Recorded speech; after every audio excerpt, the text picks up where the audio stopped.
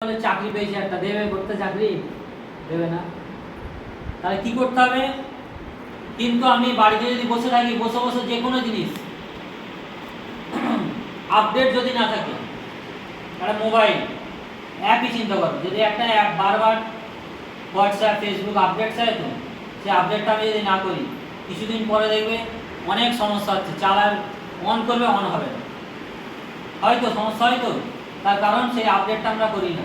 ঠিক একইভাবে অনেকজন, বিশেষ করে তোমাদের দেখবে দিদিরা অনেকজন কলেজ পাস করে এইচএস পাস করে বাড়িতে বসে আছে, চুপচাপ বসে আছে।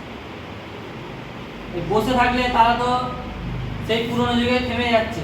আপডেট হচ্ছে কি, এখন কি চলছে, সিলেবাস চেঞ্জ হচ্ছে, বা 11 থেকে যে সিলেবাস চেঞ্জ হয়ে যাচ্ছে, সেমিস্টার হয়ে যাচ্ছে, তাহলে এই সেমিস্টার সম্বন্ধে তাদের কোনো জ্ঞানই নেই।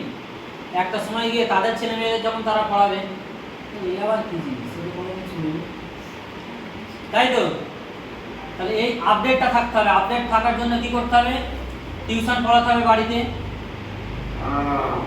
এবং সেই সঙ্গে সঙ্গে বিভিন্ন মন্টেসরি টিচার ট্রেনিং বলে একটা কোর্স হয়, সেই কোর্সটা করতে হবে। সেই কোর্স করে কোনো একটা ছোটোখাটো স্কুলে কাজে লেগে যেতে হবে। যদি লোকালে অনেক কাজ আছে যেগুলো এখন মেয়ে পাওয়া যাচ্ছে না। অলরেডি বিভিন্ন যত হেলথ সেন্টারগুলো আছে বা ওষুধ ডাক্তার বসে যে চেম্বারগুলো আছে, সেখানে রিসেপশনিস্ট হিসেবে এলাকার মেয়েদের চাইছে, কিন্তু এলাকার মেয়েরা নেই, সেরকম কেউই নেই।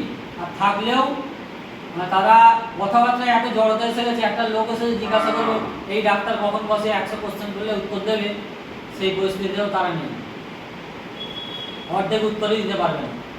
তার কারণ তারা বাড়িতে বসে বসে এমন জায়গায় চলে গেছে যে এখন বেশি কোশ্চেন জিজ্ঞাসা করলে কেঁদে যাবে, যে এগুলো তো আমি জানি না।